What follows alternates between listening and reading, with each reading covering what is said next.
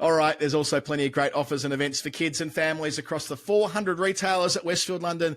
So come on down and see what's happening. They've been supporting the show magnificently for the last couple of years. We love them. Westfield London, Westfield Stratford City, more extra, less ordinary during the school holidays. Jeff, we did quite a lot of stuff in segment one. We actually intended on doing this in the first segment, but we got a bit carried away, and this is a gear shift as well. We have read reports, an interview in the Times a couple of days ago with Mike Atherton and the inquest that was yesterday in Surrey of the tragic demise of Graham Thorpe. We now know that it was suicide. He was struck by a train a couple of Sundays ago. His wife, Amanda, confirmed that in that interview with Athers and the family as well. She also confirmed the attempt that he made on his life a couple of years prior and that he essentially never recovered from that and the trauma that went, I guess, hand in hand with what happened back in 2022. The family added they don't want his whole life to be defined by the way that he died. But, yeah, there's been a real sense of grief, I think, in the cricket community over the last 48 hours since that newspaper story went live. And I get that, right? I mean, like we've said before, when cricketers have passed away, we don't know them, but we sort of feel like we know them because we've seen so much of their careers and their lives in the public eye. And there's this extra layer, I suppose, that it is suicide, which for whatever reason there has been a lot of this in cricket over the decades, and there's been books written about it and so on. And it's very sad that Graham Thorpe joins that list as well. And I'm just keen for your thoughts on this. Yeah, it's a horrific story, and it's one where, you know, if you were following the coverage last week, you would have read between the lines because nothing was mentioned. And I felt conflicted about this, talking about Graham Thorpe's death on the show last week, because like everybody else, we were vague about it.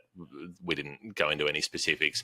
And it was because we didn't have any reliable information. You know, we had an idea about what had happened, but there wasn't sort of official reporting on it. So, but there's this odd and uncomfortable thing, I think, with suicides where there's an agreed silence about it, even though nobody's actually spoken about it. No one's got together and said, this is what we'll do in terms of media coverage. But if the first report doesn't mention a likely cause of death, then the next one doesn't, and the next one doesn't. And almost organically, everybody leaves it out of the coverage, and you would have noticed that in all the coverage last week. You know, if somebody has a more conventional cause of death, then usually it will be mentioned. But the fact that it wasn't mentioned was significant, and so I'm in two minds about that. On the one hand, you want to respect people's privacy and people's families and those who are grieving, and on the other hand, I think it adds to the stigma that does still exist around suicide being a more extraordinary way to die. It's for whatever reason, it captures people's attention more, but it is such a common means of death, particularly for men and for younger men. Those suicide rates are higher than they are proportionally for other groups. And so it's something that's quite, you know, it's important to me. It's important to a lot of people that we try to do what we can to keep breaking down those stigmas around it, that this is something that happens to all sorts of people. You will know all sorts of people through your life who are suicidal at different times, and some who are chronically suicidal, some who it's more in passing and it can be addressed. And so you get a lot of platitudes around it. You get a lot of well-meaning comments, but from people saying, you know, reach out to your friends, or if you're feeling low, you know, reach out. Here's this phone line number or whatever it is. As someone who's had chronic depression for a lot of my life, that doesn't really help. That doesn't, you know, reaching out doesn't help. If you've got the disease chronically, you know you have it. Calling a helpline doesn't do anything. It's a much more long-term and much more corrosive and pervasive thing. And this is what's really sad with Graham Thorpe's case, is that he had years of dealing with it. He, as his family confirmed, he tried lots of treatments. He did reach out. He did talk to his family and friends. He did all of the things that gets recommended by well-meaning people who don't actually understand what it's like.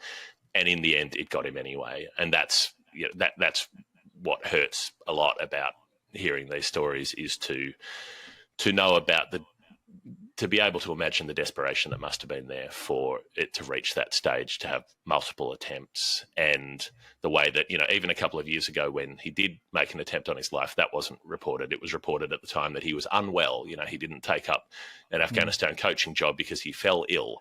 And there was this euphemism around it where people wouldn't actually deal with the subject matter itself because the subject matter is deemed too difficult, too shameful, too personal, whatever it is, whatever well-meaning reasons people have for not talking about it. I don't think it actually helps to not talk about it. And there is such awkwardness around it that people won't.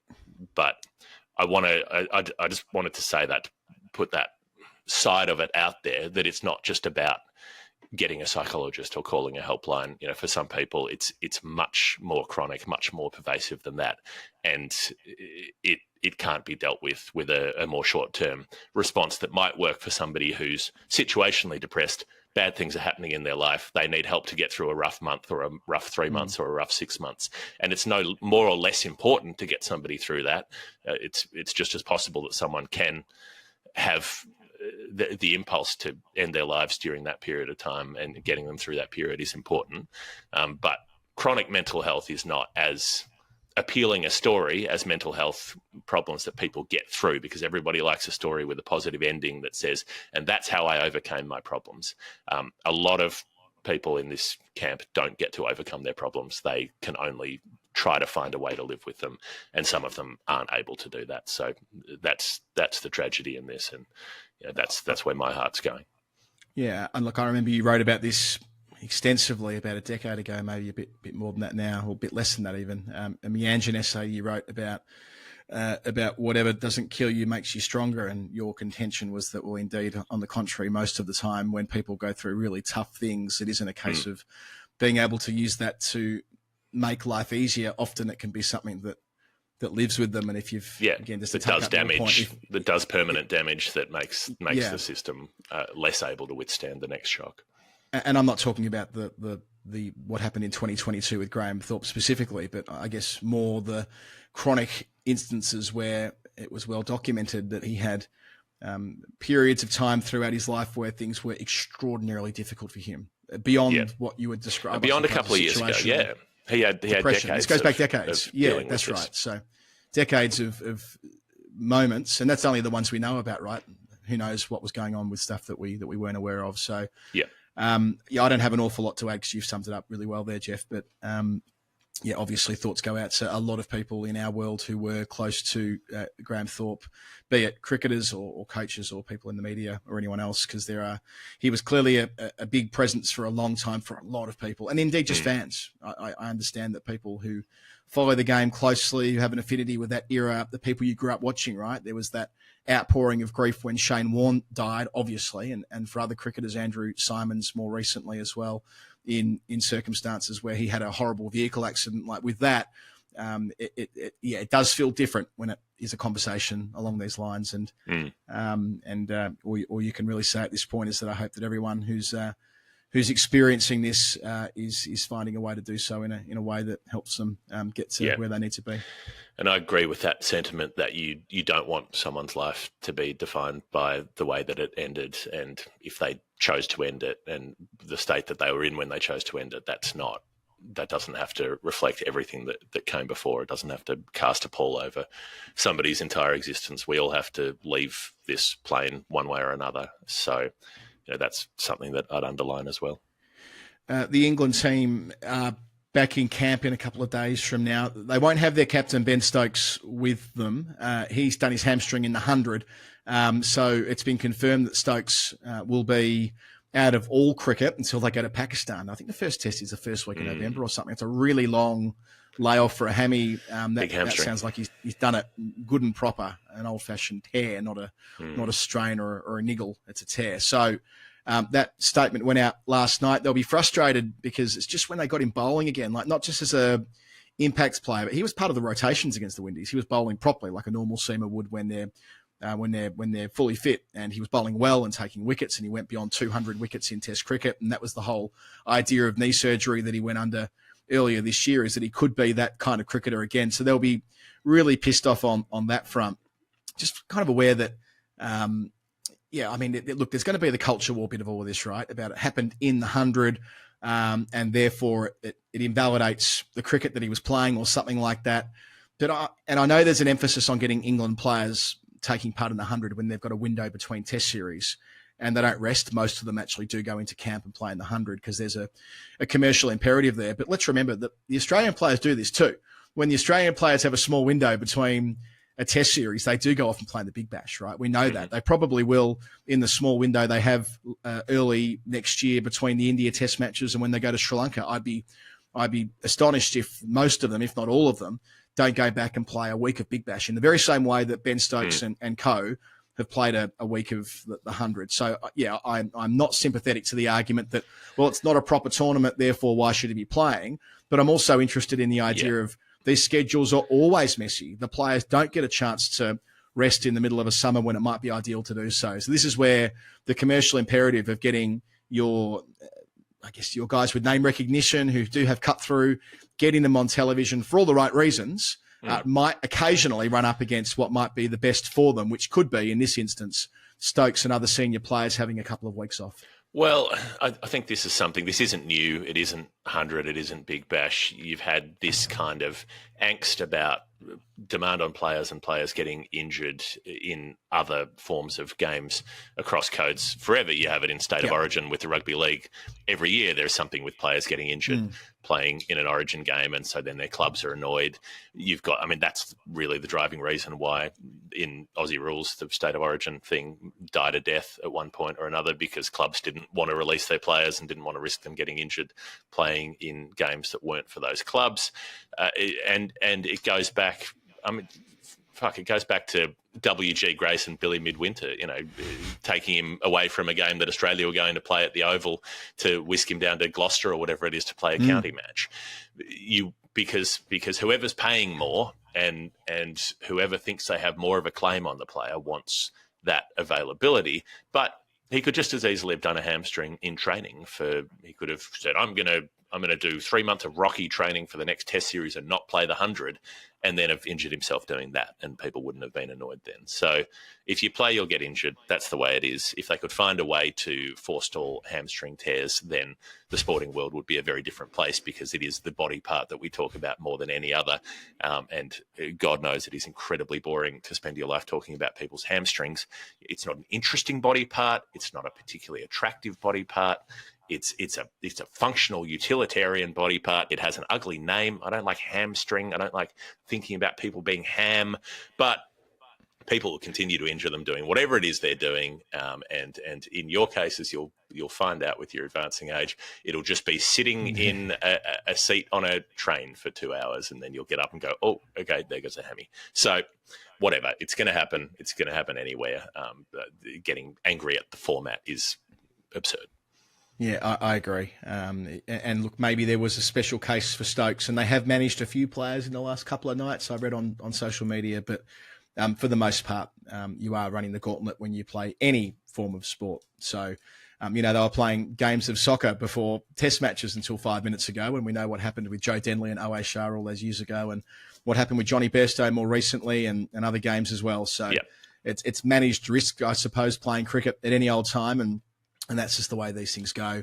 But it does feed the culture war, and that's what makes the world go round most of the time. What it does do is it opens an opportunity for Jordan Cox to make his international debut. I thought he played a one-day game for England, but he was in the squad in the Caribbean a couple of years ago. This is inevitable. Cox was always going to play Test cricket soon. They like him. But it's an interesting recalibration, because Lawrence was going to open when Crawley went down. Now they're like, actually, Lawrence can bat six because he's got the all-round ability to bowl as well. And I've watched Lawrence bowl a lot in the county championship this year since he moved to Surrey, and he's done a really good job with the ball, and his batting's gone to another level since moving to Surrey as well, I reckon. So it makes sense that he gets his first chance in the Bazball era, having played probably, 12 or 15 test matches under Joe Root. He'll play his first, but it won't be under Ben Stokes. It'll be under Ollie Pope. Ollie Pope has been confirmed as the New England captain. I'd be surprised if Ben Stokes wasn't there, Jeff, in the back room being an assistant coach. I'm not sure. What do you reckon? Does Bazball work in quite the same way if Ben Stokes isn't present? It just feels like his aura in the dressing room, sitting in the corner, could be quite important to the series. Yeah, I'm in the corner watching you kiss Sri Lanka. Whoa. No, it's not. It's not going to be the same. I mean, obviously, Baz is not Ben. Baz is the other guy, so he'll be there presumably with his feet up on the railing watching the golf, because that's how you coach international cricket. No feet on the floor. The floor is lava. The underlying rule of the Brendan McCullum era: the floor is lava. Don't ever put your feet on the floor. You've got to be like, maybe it's like he's an hourglass, and if he stays tilted up, then the sand will never run through him, and he'll be there agelessly sitting on the Lord's balcony for another 800 years, coaching England to interminable series wins or draws. But yeah, I think you've got to have him around. Why not have him around? He doesn't have anything else on. There won't be 100 being played. He could go back home to Durham, I suppose, and you could say that he could recharge, but he doesn't need to recharge because he'll have plenty of time after the Test series to do that. That'll finish in September, which then gives him 6-7 weeks, whatever it is, before he has to head to Pakistan. There'll be plenty of solo rehab in that time. So yeah, it'll be a little bit kind of not quite the full deal so it's Pope captaining in his place. Pope won't really feel like he's captaining because Stokes will probably still be there. But I suppose that'd be the only argument for it. If you want to actually test out Ollie Pope as a captain, then you have to have him being the captain, not having his dad sitting in the passenger seat while he drives, Yeah, it doesn't. Yeah, I like Ollie Pope as a cricketer, and think that the apprenticeship he's doing is an important one, and it does lay the foundation for him being captain at some stage. But yeah, clearly it's not the perfect time. They wouldn't anticipate it. Stokes played 22 tests in a row, right, after coming back. So he has had a really good run of fitness, when we know that Stokes has been known for being out of the side quite a bit through injury in the earlier parts of his career. So, Pope will be at 3, but opening will be Cox. Just a bit on Cox for those who haven't spent much time watching him play before. I've watched him a little bit. He was at Kent. He broke the record a couple of years ago for being the first English batter to make 100 who was born in the 2000s. That was during COVID. He made a big double ton down at Canterbury when he was playing for Kent. He actually got done for COVID straight afterwards, though. He makes his double 100, goes out in the grease to a selfie with someone, and got suspended for the next game, I think, from memory. So that was the bizarre Bob Willis Trophy days in 2020 when no one was meant to be around, or something like that. But he moved to Essex, so that the merry-go-round was that Lawrence moved to Surrey and Cox moved to Essex. And he made the most of it. He's averaging 69 this year. I think he's made 400s, including a double against his old club. He's 23 now. He's been in those white ball squads I referred to before. He actually missed the Surrey game that I was doing a few weeks ago with appendicitis. He went down, I think it was night 1. They'd been fielding day 1. He went down night 1 with appendicitis and was rushed to hospital, and that was that. So he didn't actually get a chance to bat in that most recent game that Essex played against Surrey in that top of the table clash. But it does feel like he's ready. Division 1 runs. They've backed him on form. They've obviously liked him before. He'll get a chance to stake his claim as the right-handed batter. It won't be long-term. Crawley will return, but all you can do is take the opportunity, and that's the chance that Cox will have when they front up in, 1 week's time. They start that first test match on Wednesday, the 21st of August against Sri Lanka. Take the opportunity to bank yourself as the second in line, I guess, when a vacancy comes through. Tell me where it's at with the James Roux thing, because for about 5 minutes there, everyone was pumping him up as like, he's a teenage god and he's going to be the next big thing. Was that just overhyped, or has he just gone back a couple of places and they're happy to take some more time with him given his youth and all that? Yeah, I don't think it's second year blues. He made 100 a few weeks ago, but yeah, there was quite a bit. I think there was a Somerset tweet that was like, class is permanent or something. Like, fuck me, he's like 19. Yeah, he's obviously a very good cricketer. He's not allowed to drink in the USA. Yeah. No one is doubting that James Roux's got a real high ceiling for a young man.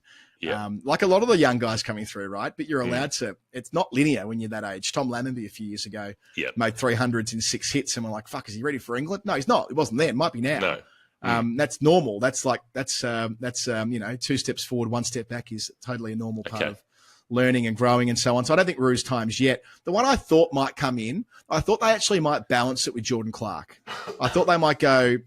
I've done this on the Surrey stream in the past where I've said, "What would you do if Stokes went down?"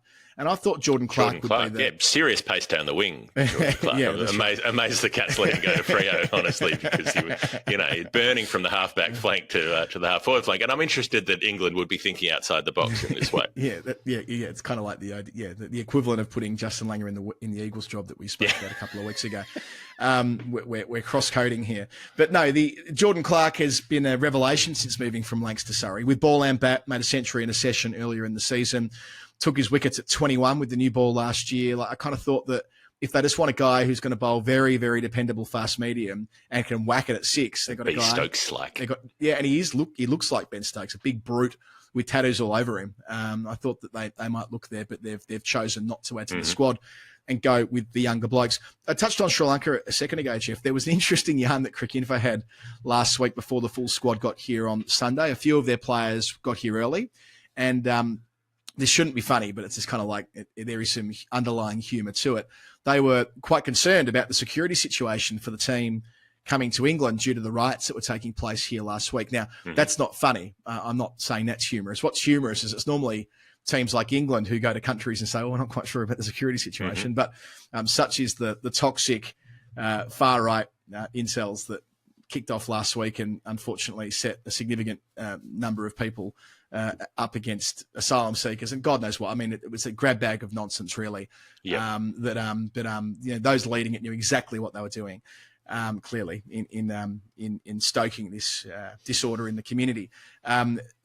Understandably. Well, as they should, because it's what every Western country has done, travelling to an Asian cricketing country since time immemorial. And, of course, they're talking about pulling the T20 World Cup from Bangladesh, and it's a more involved, it's more of a nationwide thing in Bangladesh, but it was a pretty major thing in the UK. And you could imagine if England are heading to Pakistan in November and the last week of October, there are mobs roaming around saying we need to expel all white people from Pakistan, and they're smashing windows and burning shit down and so on. Well, England, they're not going. There's no doubt about how it would be perceived in the inverse.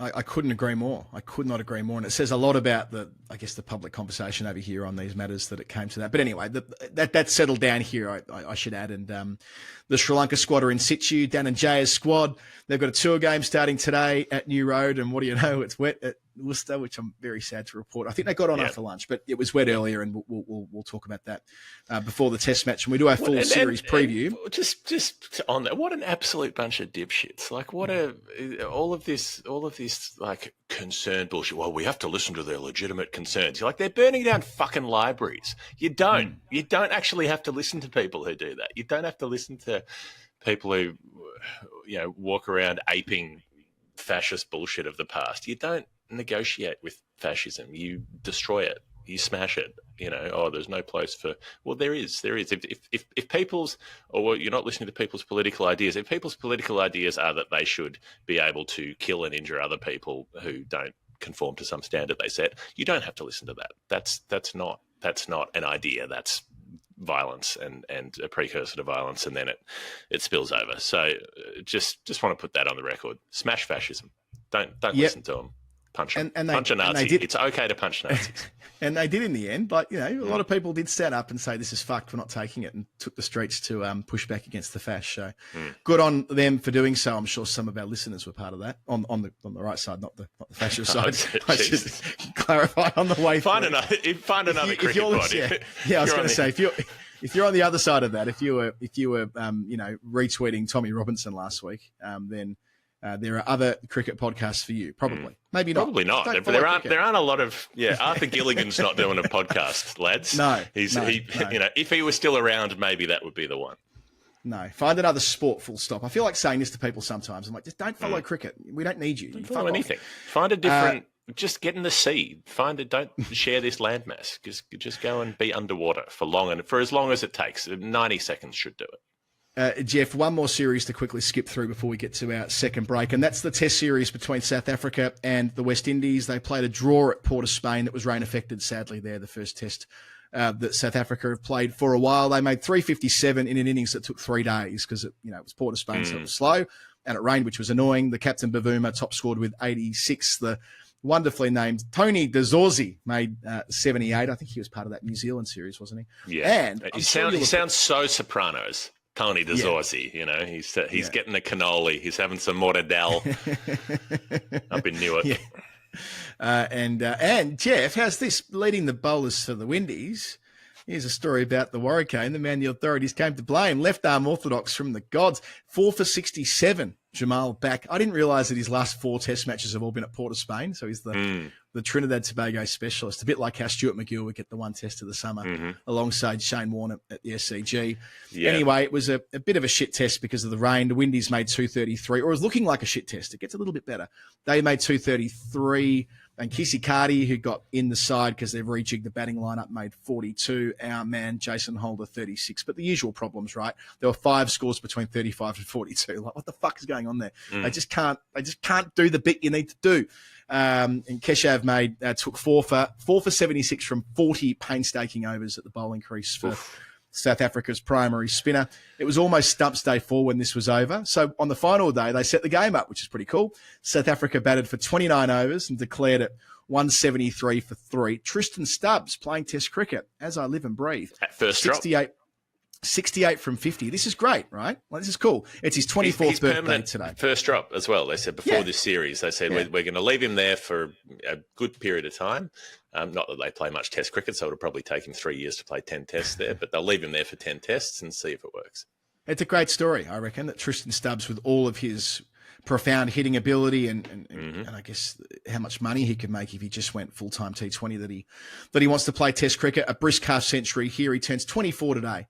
So he was born 36 years before Jason Dunstall was on the knocker. So the Windies were set 298 in 57 overs. I'm sure they noticed that. I'm sure on the day he popped out in Gauteng or, wherever the hell it was in South Africa, I'm sure they were like, that's Jason Dunstall's birthday today. Yeah. Oh, they should show some fucking respect. The Windies set 298 and they had 57 overs. They had a bit of a dart of it, but they lost wickets early and it was all too hard. Suo 1 for 5 when they shut up shop. Athanase made 92. Keshav 4 more to make 8 for the match. Second test begins in Guyana on Thursday. And Jeff, last thing before the break. Have I got time for one more thing? Last thing from me. Respect to Neil Manthorpe, who said commentators' curse is bullshit, which is something that I've always said. It's so self-indulgent. It's such a wank when people working on the game make themselves the centre of it. So he sent out his newsletter about West Indies drawing the Test match 20 overs before the end of the Test match. He was like, I'm just putting this out there to make sure that to test this theory, and it worked fine. Yeah, I believe in the cricket gods for sure, but I don't believe in the commentator's curse. Just a little character dangle for you here, Jeff, or just something to consider on the spot. Johnny Graves leaving the West Indies cricket, leaving as their chief executive. Been there since February 2017. Yep. I think he's the one administrator from the non-big three who's thought we need to fight this publicly as well as privately, what's going on with the global direction of travel with capital and so on. Yep. Big legacy in relation to that. What they were able to do in the pandemic, getting to England, which was significant, showing what good global citizens they are. They've completed a successful World Cup, which finished a few weeks ago, which, of course, Cricket West Indies were instrumental in putting on down there. Yep. I wonder what he does next. I mean, he won't get the ICC gig because we know who's getting that. But to be fair, it's a different gig to the one we were talking about with Dan Breeding the other week. But broadly speaking, we know that it's improbable that Johnny Grave, having litigated the things he's litigated, is getting that job. But Cricket Australia's chief executive, Cricket Australia's job's coming up. Okay. I think they could do a lot worse than having him over for a cuppa. I reckon CA should. It probably won't happen for lots of reasons, but I think CA should say, Johnny, come to Melbourne, spend a day with us, and let's just see whether there's enough common ground here to make it work.